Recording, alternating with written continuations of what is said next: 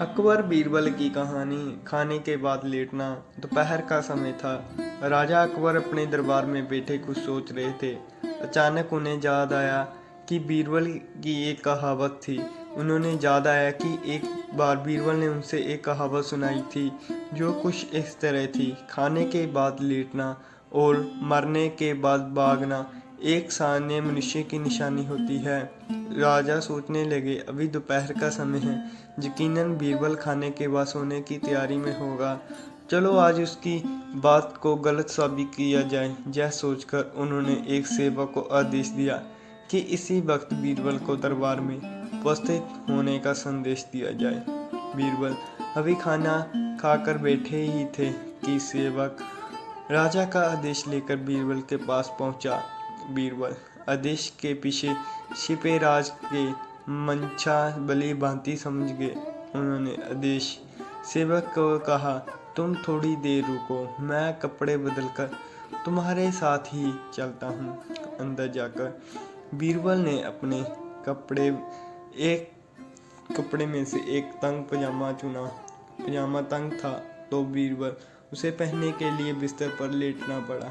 पजामे को पहनने के बहाना कर वह थोड़ी देर बिस्तर पर ही लेट रहे और फिर सेवक के साथ दरबार की ओर चल दिए। जब वे दरबार में पहुंचे, दरबार में राजा बीरबल की राह देख रहे थे। उन्होंने वहां पहुंचा तो राजा ने पूछा, क्यों बीरबल, आज खाने के बाद लेटे थे या नहीं? बीरबल ने जवाब दिया, जी महाराज, जरूर लेटा था। यह सुनकर राजा बहुत ही खुश हुए। उन्होंने बीरबल से कहा, पूछ, इसका मतलब यह है कि तुमने मेरे आदेश का अमान्य किया। तुम उसी समय मेरे सामने क्यों उपस्थित नहीं हुए? इनके लिए मैं तुम्हें सजा देता हूँ।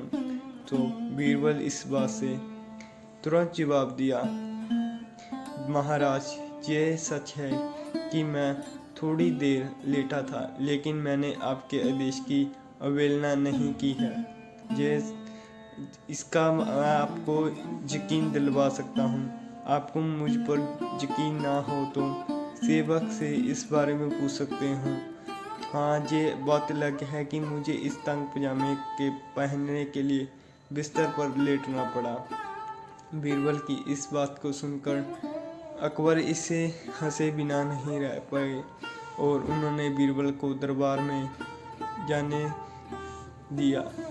कहानी से सीख। इस कहानी से हमें ये सीख मिलती है कि परिस्थितियों में भागते हुए हमारे दरबार उठाया गया एक कदम हमें अनेक मुसीबतों से बचा सकता है। आप सबको धन्यवाद हमारी ये अकबर बीरबल की कहानी सुनने के लिए। अब हम आपको मिलते हैं हमारी अगली और नई रोचक कहानी में। कृपया करके कमेंट सेक्शन में ज़रूर बताएं कि ये हमारी कहानी कैसी लगी। धन्यवाद।